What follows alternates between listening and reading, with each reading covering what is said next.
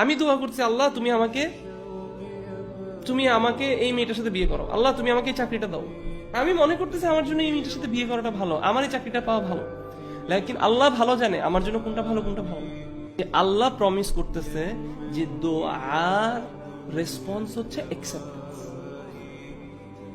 এই আয়াতটা পড়ে ওয়াকালা রব্বুকুম উদউনি আস্তাজিব লাকুম, আল্লাহ বলছে দোয়া করো কবুল করো, মানে দোয়া করলেই কবুল হয়। এটা নীতি, আপনার জীবনে এটাকে নীতি বানায় ফেলেন, দোয়া করলেই দোয়া কবুল হবে, এটা আল্লাহর কথা। কিন্তু দোয়া কবুলের তিনটা সূরা আছে, তিনটা চেহারা আছে, তিন ভাবে দোয়া কবুল হয়। এক, আপনি যে দোয়াটা করছেন সেই দোয়াটা যা চাইছেন তা আপনি পাইছেন। অথবা দুই, আপনার এই দোয়া করার জন্য আপনার থেকে একটা কোনো বালা মুসিবত, মানে কোনো একটা হার্ম আপনার থেকে রিমুভ করা হলো।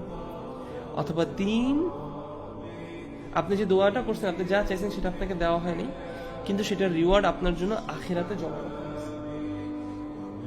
এখন আপনি বলতে পারেন কেন এরকম তিনটা সিনারিও?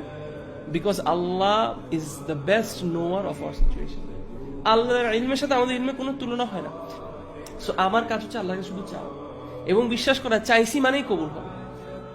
কিভাবে কবুল হবে? এই তিনটা যে কোনো একভাবে কবুল হবে, আলহামদুলিল্লাহ।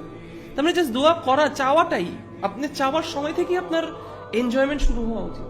আমরা দোয়া করে অপেক্ষা করি, দোয়া কবুল হইলে খুশি হই।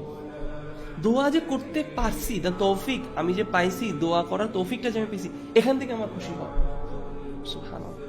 এবং দোয়া থেকে দূরে থাকা ইজ অ্যারোগেন্স, এটা হচ্ছে অহংকার। দোয়া থেকে দূরে থাকি এবং আমরা দোয়া করা তো আমরা শিখি না, সুবহানাল্লাহ।